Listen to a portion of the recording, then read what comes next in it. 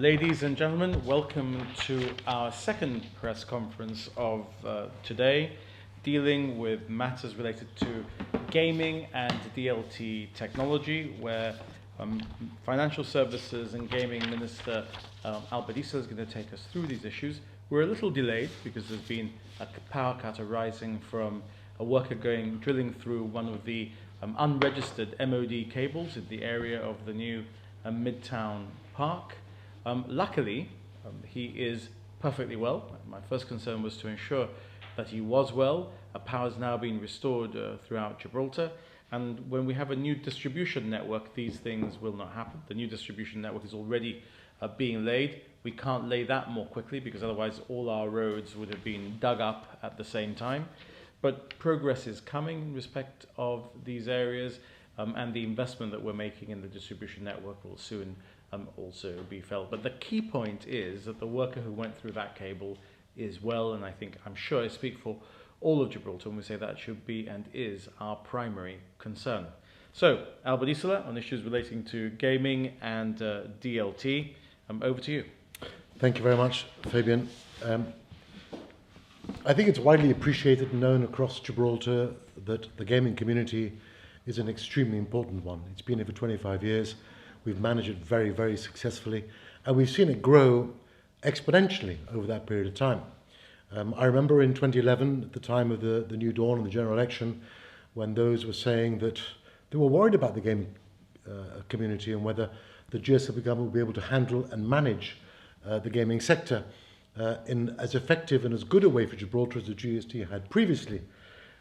In those days, there were 2,000 people employed in the gaming sector.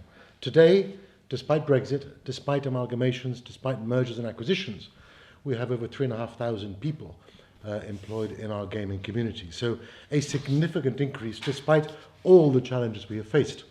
So when you consider that this one sector is responsible for some 25% of our GDP, and I'll take you through the slides, you begin to really appreciate just how chunky for our economy and how important to our economy this sector is.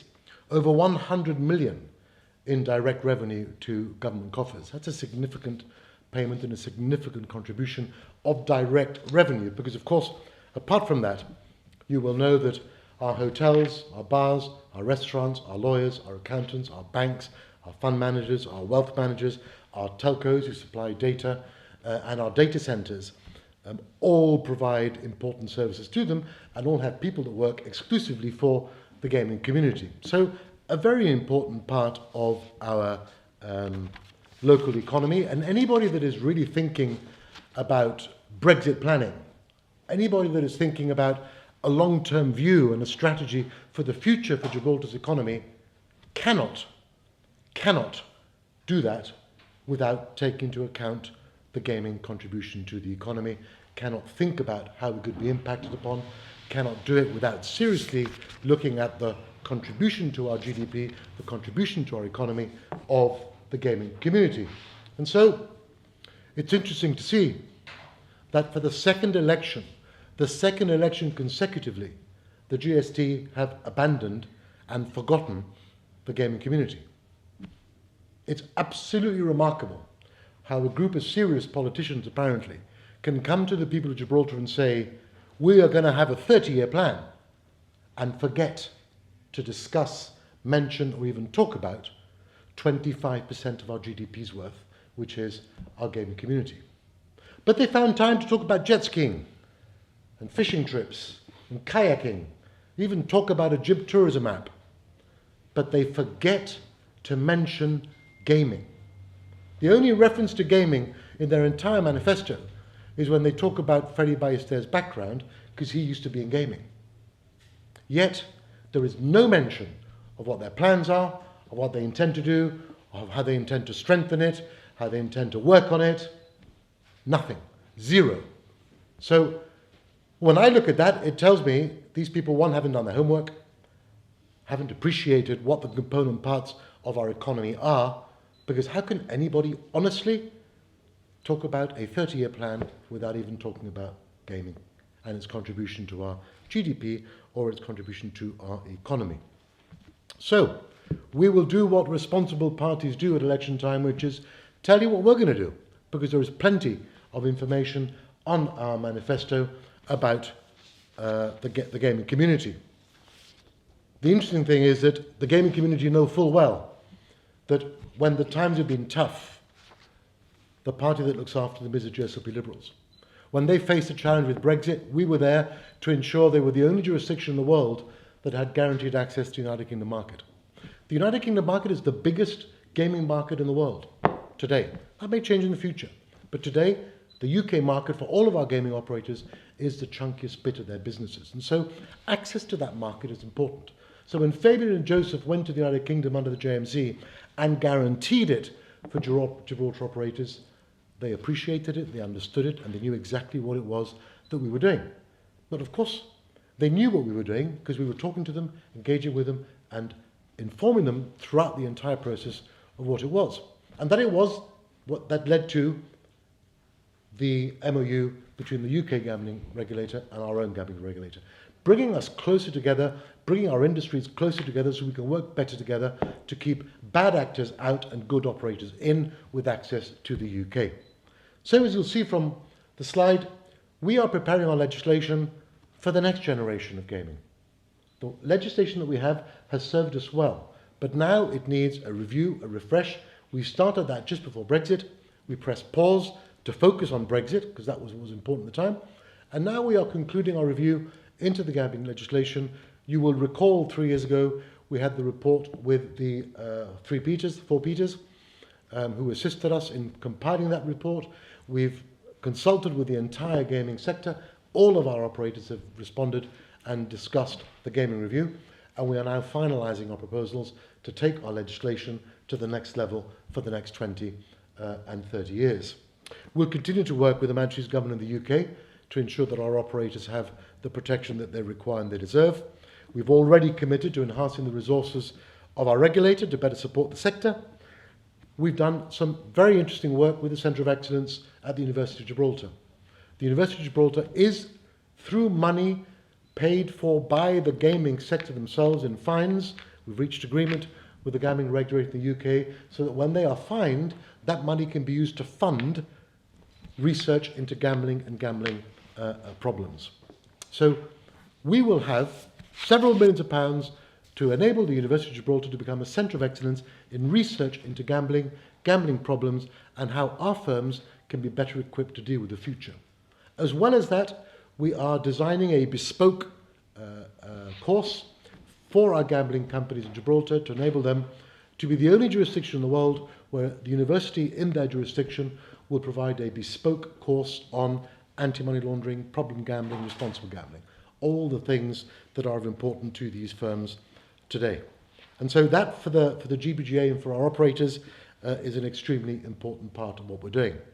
And so we will obviously continue to work with the operators, and they know that we remain 100% committed to them in everything that we do across the gaming community.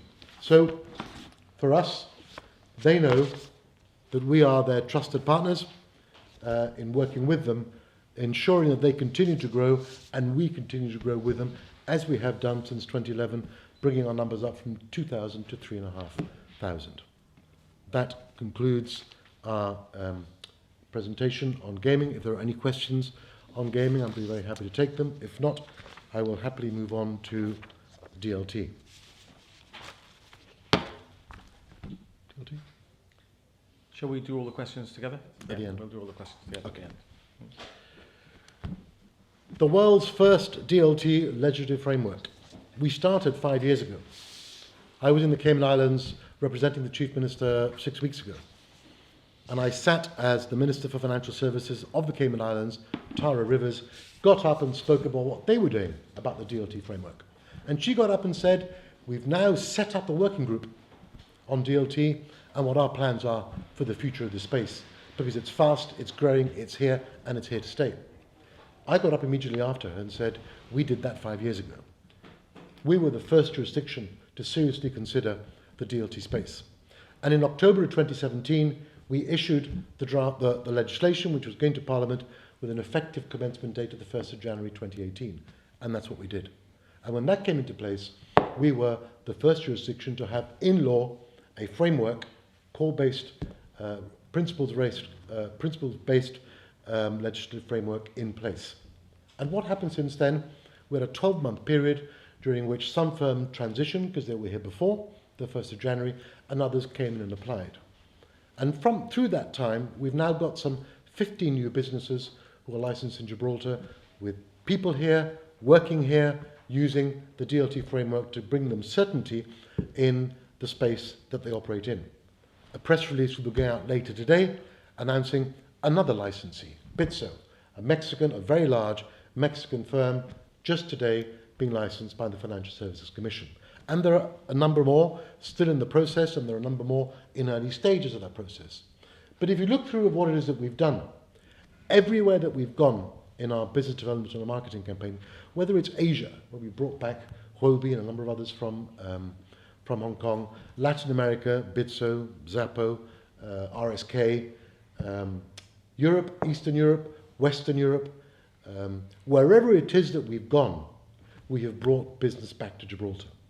And the interesting thing about the span of the firms that we have operating from here is that they are all exactly what we set out to achieve, which was based on the gaming framework. We only wanted to have quality firms, mind and management in Gibraltar. They had to have substance. That's the way of the future. And to be regulated. That's what we did in gaming 25 years ago, and that's exactly what we're doing in DLT to preserve and protect and enhance our reputation. And all of the gaming firms that we have licensed in Gibraltar, after a pretty tiresome and fierce regulatory scoping that we've done on all of them, they are all quality firms from many different parts of the world, cutting edge and leading in their own areas because they're all different, and it augurs extremely well for the future. So the overriding principles for all of our operators is that they have to care for their reputation as much as we care for ours. And that, as in gaming, is what we seek to provide. In gaming, we have 15 B2C firms in Gibraltar. We don't have hundreds. And the truth is, we don't need hundreds, because with 15 B2C firms, we already cater for between 75 and 80% of UK bets placed online. 15 firms in DLT within a very short period of time, 18 months, were going very well, and there are more coming. So let's not think that other jurisdictions that have 100, 200, we are far more picky, we are far more niche, and we are far more cautious. And I think we have taken the right approach in terms of risk profile, and we've taken the right approach in terms of where we have set the high standards for these firms to come into Gibraltar. And so the future of DLT, this is an area that's going to grow and grow. There is more technology in finance now than there ever has been. Facebook has had a very large amount of publicity on its new Libra program. As everyone expected, they've been challenged. It's interesting to note that the firm that Facebook bought to do all of their technical expertise was actually a Gibraltar company, Chainspace. Facebook didn't have the technology, so they bought it. Where did they go to buy it? Gibraltar. Who are one of the nodes of the Facebook Libra program? Zappo, already a Gibraltar licensed firm. So the timing of mass adoption in this space, when somebody like Facebook comes in and adopts it, Telegram already has, is exponential. It's growing at an alarming rate. And more people, particularly in Latin America, where there are banking issues or inflation issues, this is growing at a far faster rate than it is in other parts. But it will in North America, it will in Europe, and we have positioned ourselves at the cutting edge of it, at the front of it, because this is just the beginning. This is by no means the end. We are ready for the future growth, and we will play our part in the development of the space. And that's an exciting area for us. We are also looking at where the future will hold in terms of tokens.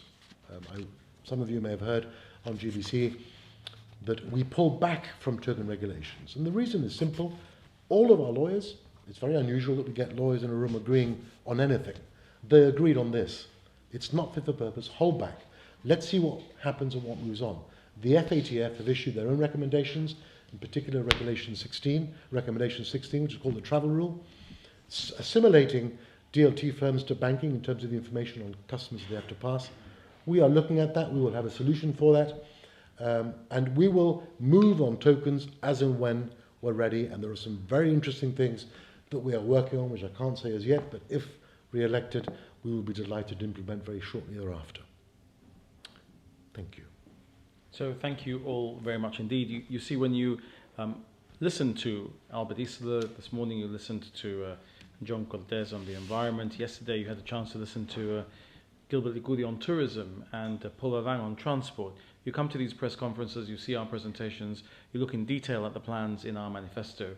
You come hard up against substance, depth, understanding. You go to other press conferences, you talk about ideas and reviews and plans to have plans. Here, you get the detail of what Gibraltar will be doing after the 18th of October. You get the detail of what we have been doing, the detail that has delivered the success that we are as the top DLT blockchain jurisdiction in the world, the top gaming jurisdiction in the world, and with the numbers of jobs almost a third again since we took over in the key sector of gaming, despite the many challenges that we've seen. So thank you very much to Albert Isola for that presentation, which encompasses both the work that he has done and the work that we hope will be allowed to do if people select us as their government again after the 18th of October. We'll now happily take your questions. Thank you.